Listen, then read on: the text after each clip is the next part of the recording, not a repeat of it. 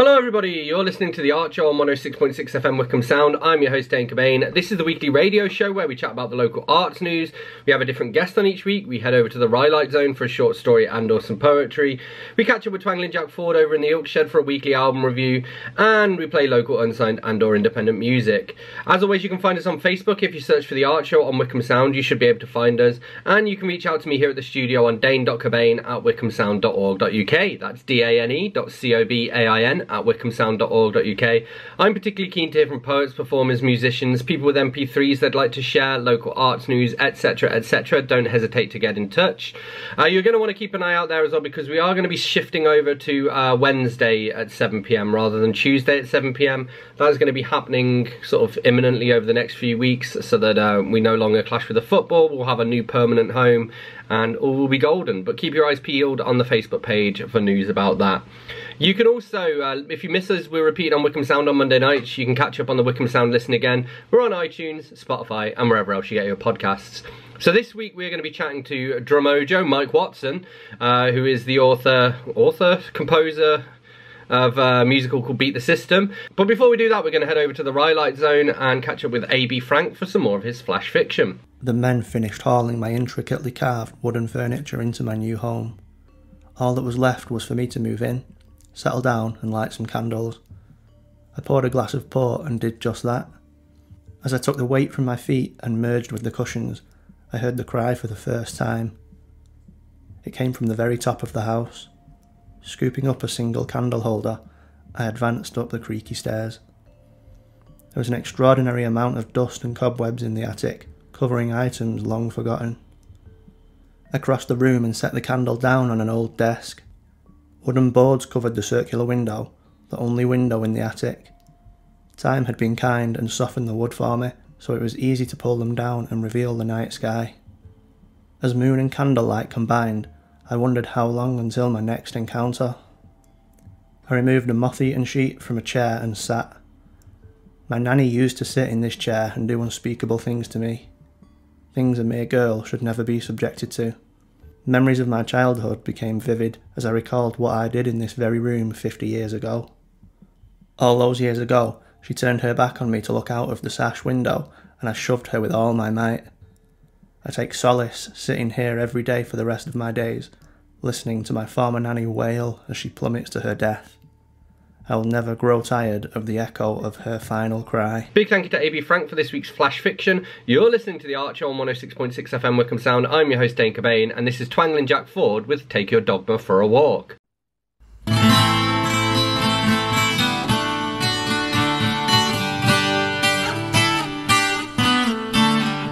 This world is a cruel enough place without people always shouting in your face. If you can't find anything kind to say, just hold your tongue and walk away, 'cause everyone deserves to find some peace of mind. Everyone deserves to find some peace of mind. Life is hard enough as it is, and everything is so hit or miss.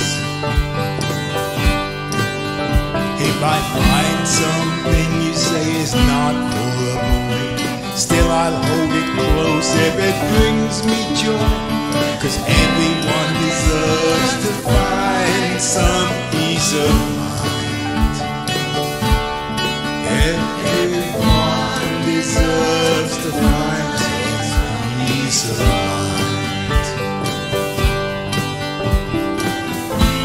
To compromise we must talk,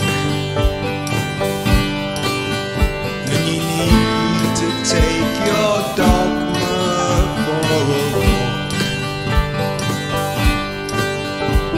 There's nothing says we must be friends, so don't change my words to suit your ends.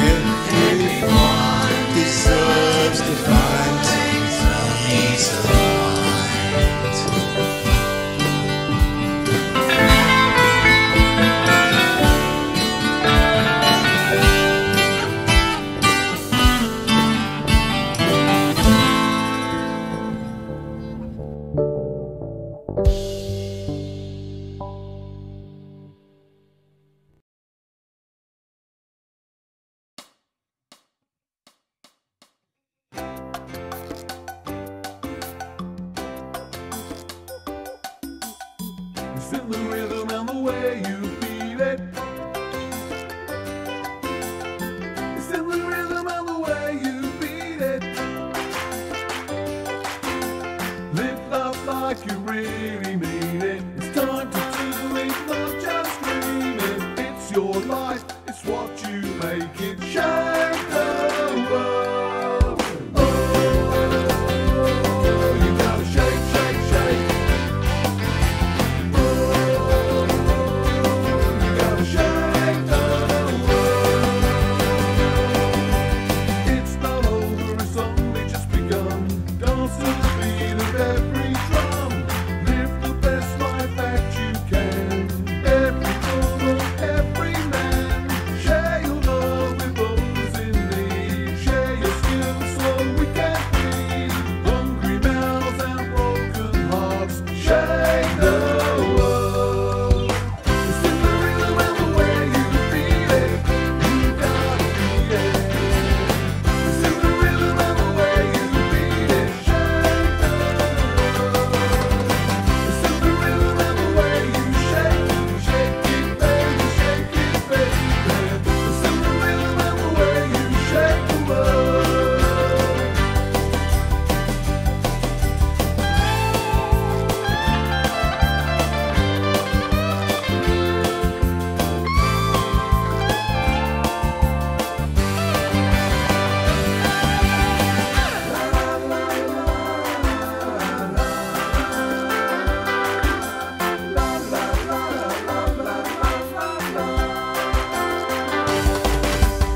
It's in the rhythm and the way we feel it.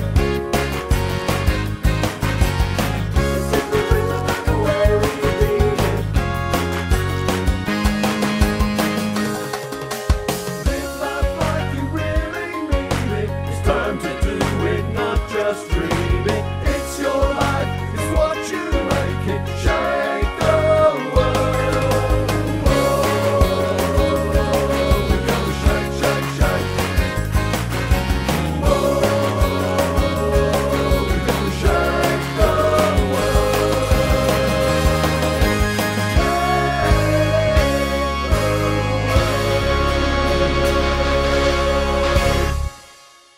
That was Shake the World by Mike Watson, and before that we had Take Your Dogma for a Walk by Twangling Jack Ford. You're listening to The Archer on 106.6 FM Wickham Sound. I'm your host Dane Cobain, and it's time for us to be joined in conversation now by this week's guest, who is Drumojo Mike Watson. So the first question is one I ask everybody, which is, what was the last book that you read and what did you think of it?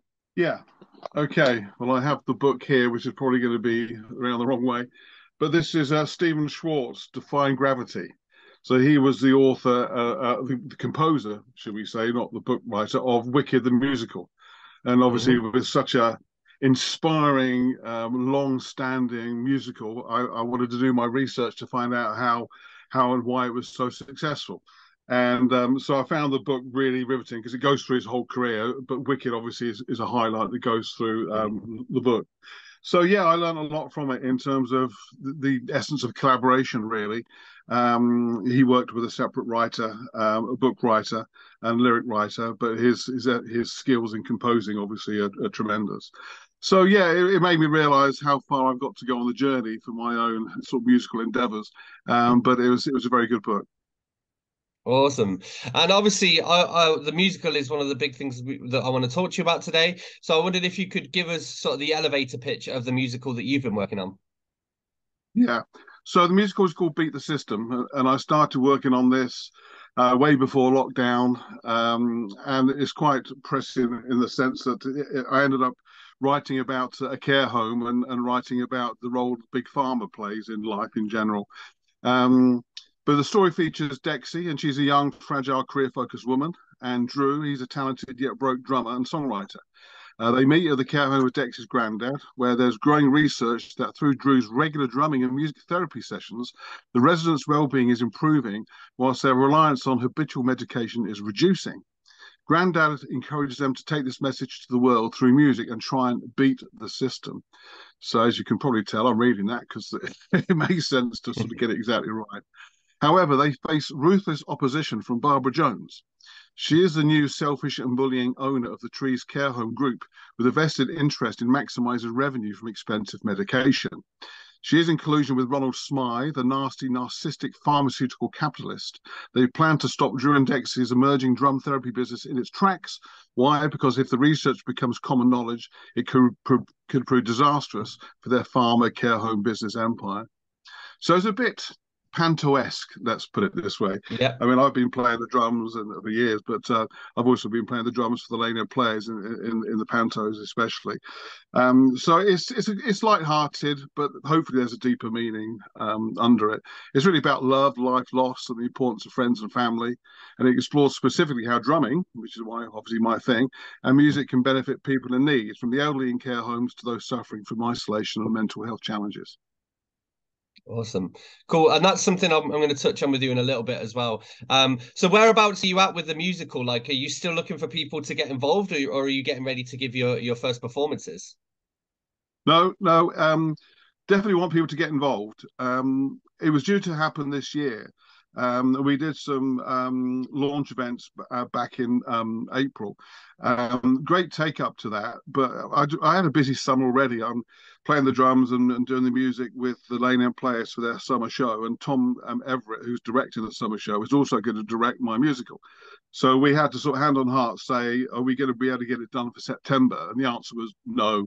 So what with everything else going on? But the good news, well, there's two things. One is it's definitely happening next year. It's happening in July, on the 11th, 12th, and 13th of July next year.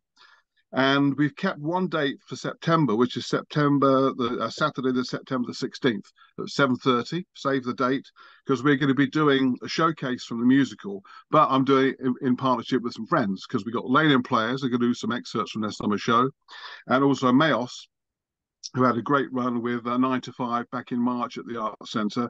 They're excuse me, going to be doing some highlights from their forthcoming showcase, the show, which is Women Rise Up. So that's going to be a sort of an interesting sort of evening of entertainment. Yeah, awesome, cool.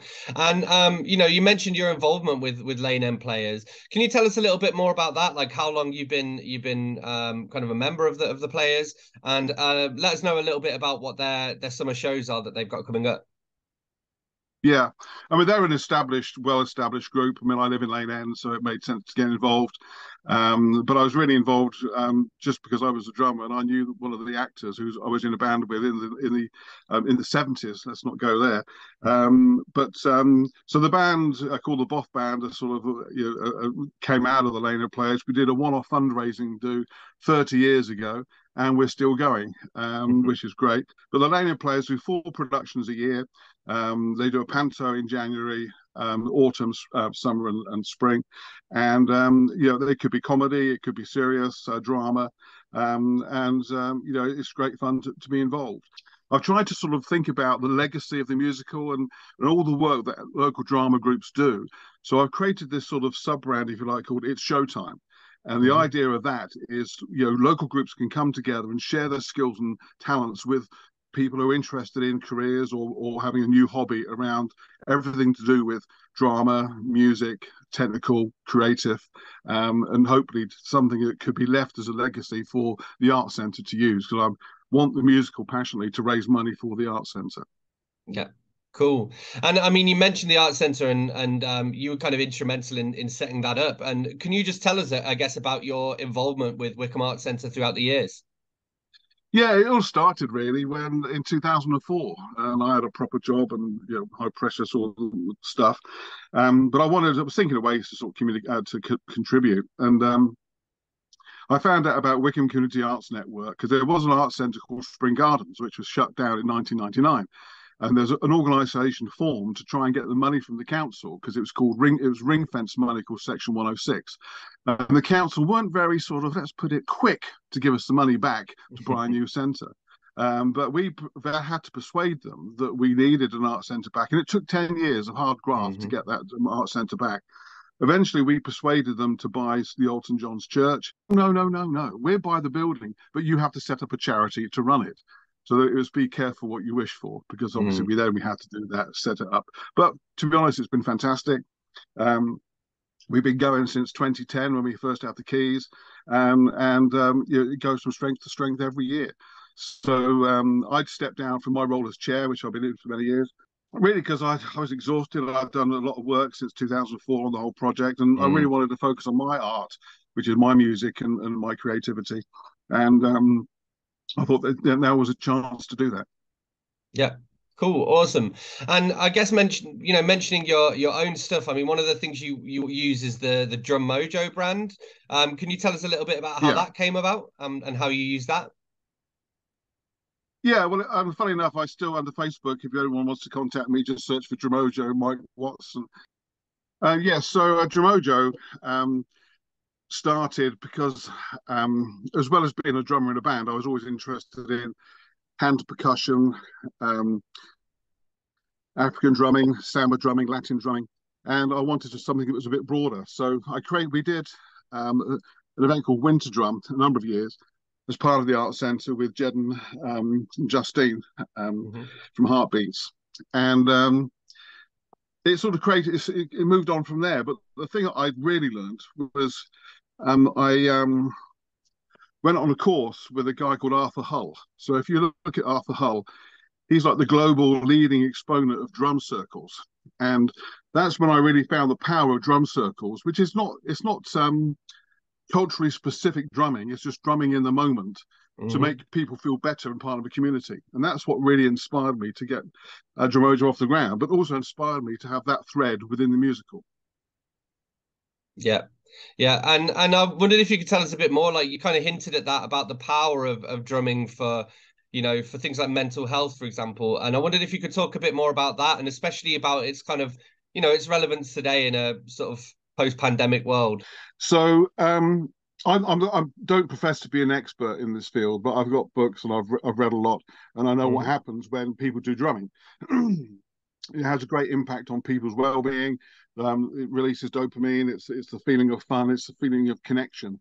When you've got the TV generation or the sort of gaming generation, I've witnessed it when we have kids and families come along to do drum workshops at the Desborough Festival or at the Jazz Festival, and the amount of fun we have. So it's at a very simple level, people are having fun. But there are medical studies, and I can find references to those.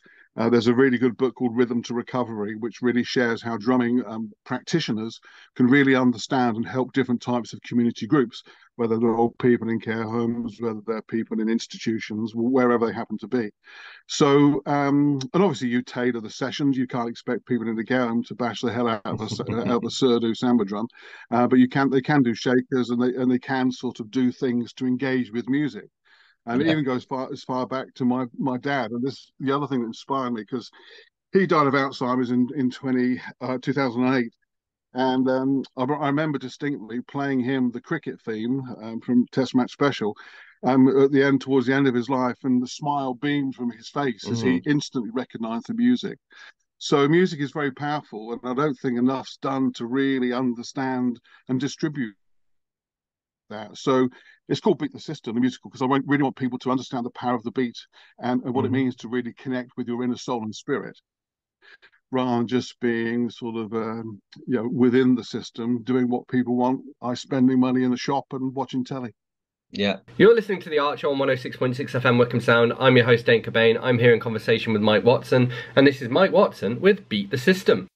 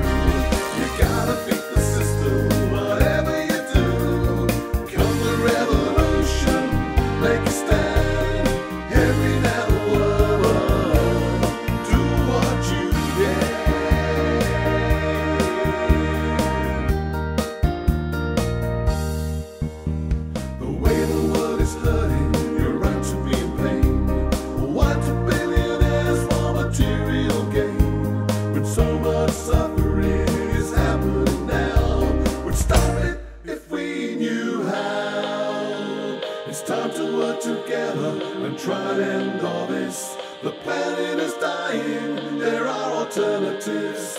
Leaders must listen to the young people's voice. Yes, we have a choice. Yes, we have. Yes, we have a choice. You gotta beat the system before it beats you. You gotta beat the system, whatever you do. Come the revolution, make a stand. Every now and whoa, do what you can.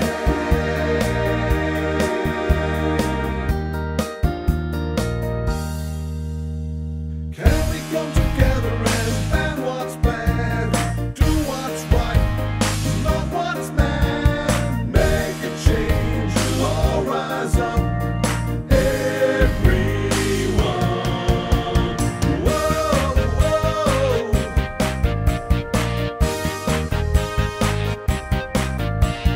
Do what you can for each other. Remember you are sister and brother. Whoa, whoa. Whoa, whoa. Do what you can for each other. Remember you are sister and brother. Sister and brother. Sister and brother. That was Beat the System by Mike Watson from the musical of the same name. You're listening to The Art Show on 106.6 FM Wickham Sound. I'm your host, Dane Cobain, and it's time for us to catch up with Mike Watson now for more of this week's interview. Yeah. And one of the questions I want to ask, and you might have an interesting answer to this, because I like to ask musicians, especially sort of songwriters, are they more focused on the music or more focused on the lyrics? And in your case, is it, are you more focused on the beat? So where would you say your focus generally lies? That's a great question. I suppose every song tends to have a different journey. I'm not one of those people that says, yeah, I do this, then I do that, I do this, then I do that. Every song is different. What I will say, my best friend is the voice recorder in my phone. Because more often than not, inspiration would hit me, whether it's a beat, whether it's lyrics, whether it's melody. And even if although I'm blessed to have sort of saved up enough money over the years to buy a little sort of home recording setup. I still record my piano playing straight to the voice recorder on the phone before I get into doing a proper production. Yeah. So it's really, I mean, for the musical, the interesting thing about that is, I mean, I've been writing songs for years. And as a digression, it might be worth saying, and I'm not very proud of it, I am a songwriter with chart success. I'm not bragging because it's a load of rubbish, but back in 1982, I sent a tape that I did on my home recording tape machine to Steve Wright, because I turned his jingle, "I'm All Right, You're All Right," into a song. Anyway, I sent it up to Steve Wright, and a week later, this record producer phoned me up and said, "You guy that sent that tape into Steve?" And I said, "Yes." He said, "Well, it's not very good." Oh, okay. But he said, "Oh, but we're going to re-record it and we're going to get it released as a single for charity," and which they duly did. They released, went to number 90, 80, 70, starts going up the charts. Steve Wright decides to take a week off. And I thought, great, he's going to go and promote the single. No, he went to America to see his future wife. It got to number 40 and went down the following week. So I was in the top 40 for 1 week only. But anyway, I always like to say, back then it did earn me four figures. And I always like to say £23.50. Sweet. No, that's cool though. But what happened? The most interesting thing about writing the musical, and I've been on a journey in that. I mean, I wouldn't say I love musical theatre. My wife asked me to go and see My Fair Lady with her, and I thought, no, I just don't want to do that. But Lion King, Billy Elliot, Jamie, there's lots of stuff I like in the West End, etc. But one of the things that I've really realised is writing songs. You got to tell a story within a musical. So I had a lot of songs that I've written in the past I thought I could use. I ended up throwing them all out. So I've written about 25 brand new songs that tell the story of the musical. So as the story was being developed because obviously what I'm trying to do is write a story as well as write a musical. Most people write a musical based on a story that already exists, whether it's a Yeah. book or a poem or a film or whatever. So having to write a story and to write the music and to write the lyrics was a big ask. But hey, when lockdown happened, it kept me busy for Yeah. weeks on end. And No, so what I've been able to do is write the stories write the songs to reflect the story. yeah. And that's a really good point. I mean, I don't know if I can think, can you think of any musicals that's where the story was the musical? Because everything I can think of, again, things like Wicked, like even the ones you just listed, like The Lion King, Billy Elliot, they're all based on films or they're all based on books or whatever it is. So Yeah. I can't think off the top of my head of a musical where the musical was the first kind of iteration of the story. Yeah, it's an interesting point. I dare say there is one. I'm on various Facebook groups around musical theatre, and so I guess that there might well be some. Even Jamie, the boy with the dress, that was based on the BBC documentary about the boy wanting to wear a dress to his prom. Yeah, So even that it came from a different place, a BBC documentary, but it was still an original. It was still a true story that they yeah, based it on. So yeah, so it's been an interesting sort of journey, and to be honest, there's been some lovely people who've come forward, have done some singing on the demos, and are interested in taking part. But yeah, so casting. I want to finish off some of the casting on my SoundCloud for the musical. I've got hmm too much of my voice on. I want to take my voice off and replace it with sort of real cast members. yeah, I have got cast members or people who are going to who've sung for it. But so the idea for the showcase is that I can sort of take it to the next stage, get people interested by seeing some of the show. And I want to sort of try and paint the picture of the first song, which is my yeah, favorite in a way. This is called Shake the World. And it's based in the care home. And so the idea is that they've been doing this research for a year, and all the people in the care home sort of get excited. They're very sort of slow and doddery to start off with, but once they realise that the drum circle's about to happen and this character Drew is about to kick off with the music, they all get pretty excited. So the song yeah, starts off quite slow, but it builds up in speed and tempo and intensity. And by the end of it, you've got Zimmer frames in the air as they're all having lots of fun with the song. So I want to try and reenact that or stage that at the showcase, but depends on on lots of ideas and how that can yeah, happen. But at least I can sort of show people that it's going to be, although it says beat the system, and I did toy with the idea, should I call the musical Shake the World? And I was still sort of on the fence about that. But one interesting thing is I submitted my concept to an organization called Mercury Musical Network, which is a network for people who are writing original musicals. And they do a thing every year, every 2 years, called Beam, where it's sort of shining a light on new music. But only a 10-minute pitch at the Soho Theatre in London in December, and that was really interesting because I had to home down the pitch and I had to present, hmm and I got some really good feedback. I didn't get through to the next stage, which would have been a 30-minute excerpt in May at a theatre in Oxford. But I'm still sort of keen to sort of hone it and put it forward to the next phase. And this showcase event on September the 16th is part of that journey. Going back to your kind of history with percussion, I wondered what are some of the most like unusual percussion instruments that you've come across? Blimey. Um, well, here's one. This is quite. It just came up on my feed the other day, and it was actually in a care home. And trying to drums. The worst thing with drumming is they're big and they're Yeah, heavy, and you got to transport them. So you need a big car. But I saw this care home, and there were about 30 people in the care home all drumming. What are they drumming on? And I looked down, and they were drumming on a Reebok or one of those sports balls in a yeah, laundry basket. So, and they had, because it's perfect rebound for the sticks. So I say yeah, percussion lightly because I can't imagine it made much of a sound. But what it was doing was the actual physical movement of their hands in coordination with the yeah, leader of the session. So I thought, wow, that's really good. So they will make some sort of sound, but it looked ridiculous. But having said that, it would have worked perfectly, and it was very cheap. Just a blow yeah. up ball in a laundry basket, and off you go. But I'm interested in drumming from all around the world. So you got taiko, the big drums from Japan. You got samba, the surdos in the big samba drome, which happens in February every year. You got salsa, which is more sort of Cuba, and which is the congas and bongos, the timbales, like from Tito Puente, and that's going to be more salsa rhythms. You're obviously famous in Heartbeats do this incredibly well, which is all the African drumming from West Africa, using the djembe and the dundums to create a really big, powerful sound. So, and then shakers, there's different types of shakers from all around the world, and hence the song Shake the World. So yeah, there's lots out there. And if you go to different countries, every country has got their own particular type of percussion sound instrument. And that's what makes it so interestingly sort of across the world. Yeah.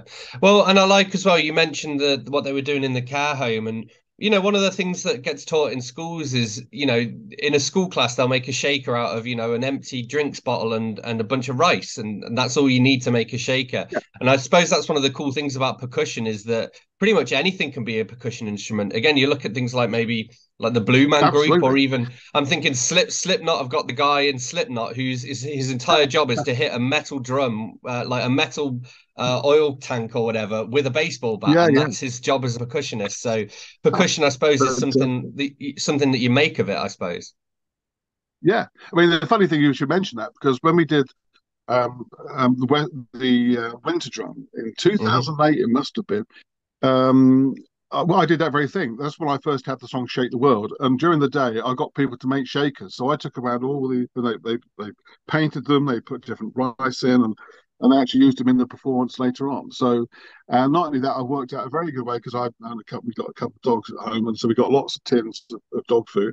And I worked out that if you actually get a can of drink, and it slides perfectly into a washed dog tin, then you can rivet that together and make shakers. So I've got different shakers with different types. So I even go into the scientific nature of, okay, this one's got rice, this one's got bottle tops, this one's got whatever, and to get the different sounds. Yeah. So yeah, you're absolutely right. So I make my own shakers, I make my own beaters for surdus and all that sort of stuff. So it's something that I live and breathe, in terms of the impact of drumming and making sounds is what I'm into. Awesome. Cool. Okay. I think that we pretty much covered what I wanted to cover there. The main thing I want to end on now is just sort of what's next for you, and where can people follow you to find out more, particularly if they want to get involved in the musical, I suppose. Yeah, absolutely. Yeah, so just as a recap, the big forthcoming event is September the 16th at 7:30 at the Arts Centre. All information and tickets details will be on the Arts Centre website, wickhamartscentre.com.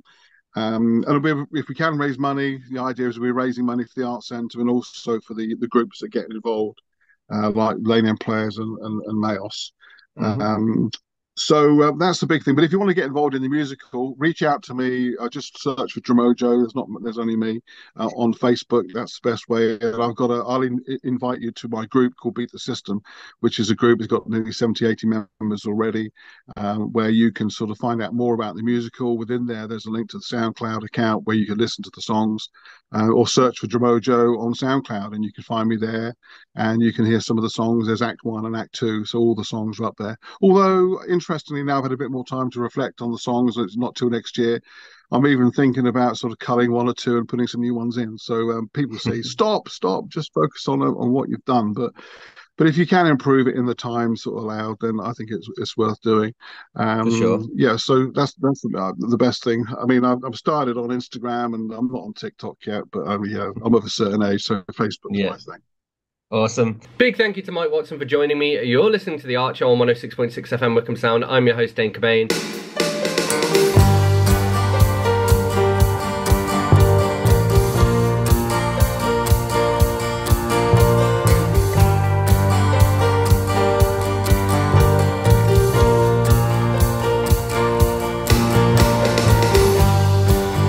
I was in a state of empathy.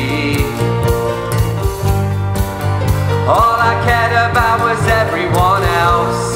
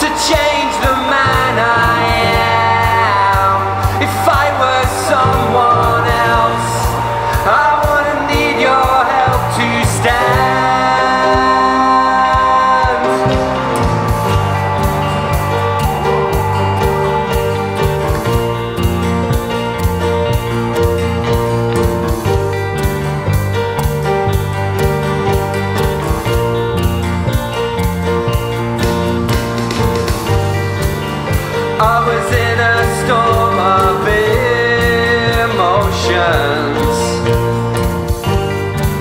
A metaphorical rain in my head.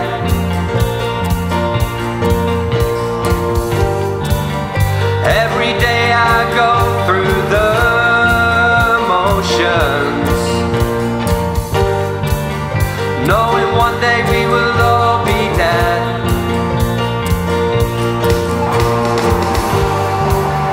As I walk along the beach, below a star-filled Sunday sky, I look forward to another week and wonder how the last one passed me by. And now I play it back and forth in my head, 'cause there's nothing better to do. Am I half alive or am I half dead? And will the morning bring something new?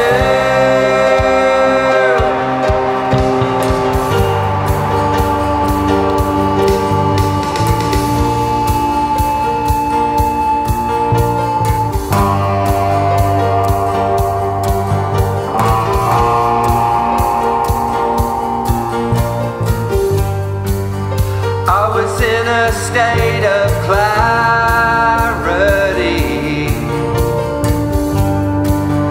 as I start to take a look at the view.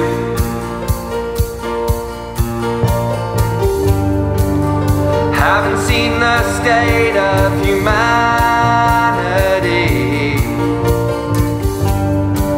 I still give credit where credit is due.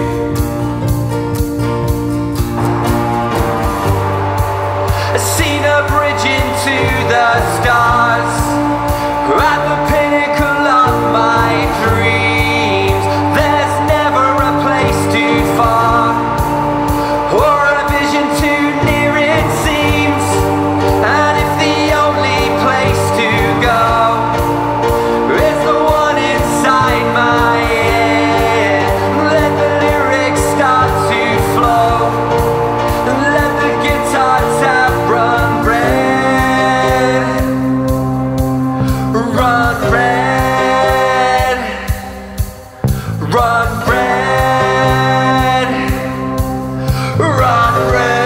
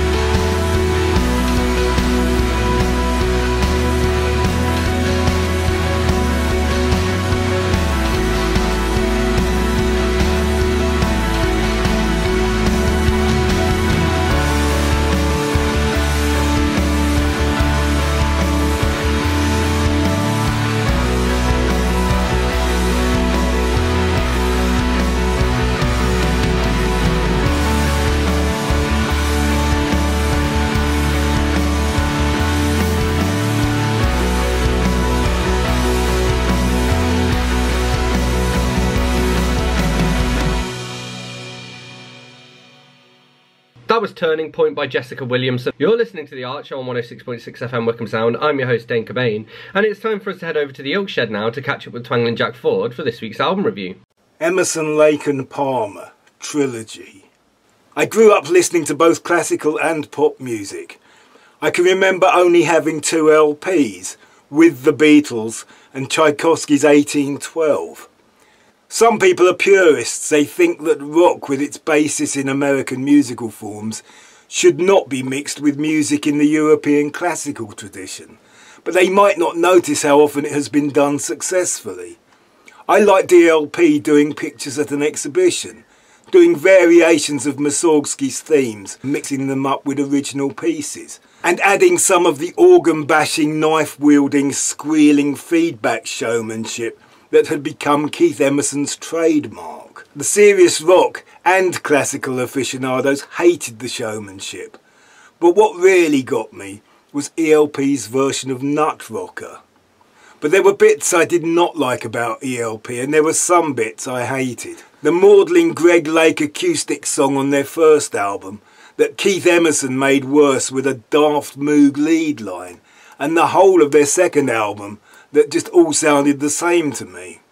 I had liked Emerson's previous band, The Nice, who had fused Bach and Dylan, played Tim Harding's Hang On to a Dream as a moving jazz piano piece, turned Bernstein's America into a psychedelic pop single, and released a suite of classical pieces with an orchestra. On Trilogy there is a Greg Lake solo acoustic song and a jazzy acoustic piano piece with a very melodic vocal, but they always seem to feel the need to give everything the corporate stamp by piling in with the Moog, the organ and some hard-hitting drums. Keith Emerson's Moog synthesizer was a revelation at the time, like he was taking it forward from what the Beatles did on Abbey Road, but now it seems very dated, reminiscent of Son of My Father, and Abbey Road is hardly dated at all. I think I lost interest in ELP after Trilogy. On the next album, Brain Salad Surgery, it seemed to me that they took all their noisy, bombastic, showy-offy tendencies as far as they could go. Everything louder than everything else in the show that never ends. However, the thing that separated Emerson from the prog keyboard pack was that not only was he influenced by classical music, but he actually arranged classical pieces for a rock group.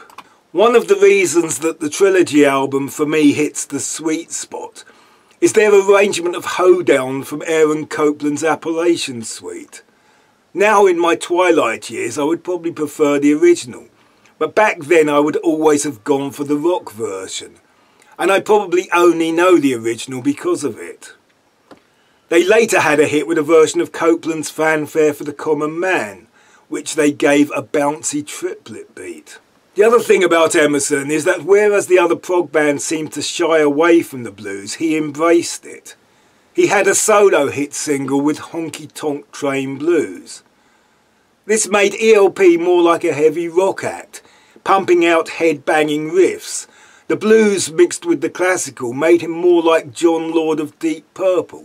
This album ends with a bolero, and I am always a sucker for a bolero. Trilogy. Emerson, Lake and Palmer. Big thank you to Twangling Jack Ford for this week's album review. Thank you to Mike Watson for being this week's guest. Thank you to AB Frank for his flash fiction. Thank you to everyone whose music I've shared. As always, you can reach out to me here at the studio by dropping me a line on dane.cobain@wickhamsound.org.uk. That's dane.cobain@wickhamsound.org.uk. I'm particularly keen to hear from performers, poets, musicians, people with MP3s to share, people with local arts news. Don't hesitate to get in touch. You can also find us on Facebook. If you search for us for The Art Show on Wickham Sound, you should be able to find us. Friendly reminder, we will be moving to Wednesday evenings at 7 PM rather than Tuesday evenings, so keep your eyes peeled on the Facebook page for info about that. And if you miss an episode, you can catch up with us. We're on the Wickham Sound Listen Again. We repeat on Monday nights on Wickham Sound. We're on iTunes, Spotify, and wherever else you get your podcasts. So that's about it for this week. I'm going to leave you with one last tune, and this is Ultimatum by the Phenomenauts. I'll catch you next week. So here's your ultimatum, your catch-22.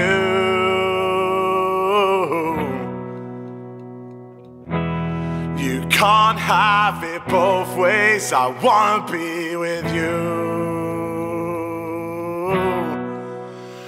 I have held this in for far too long.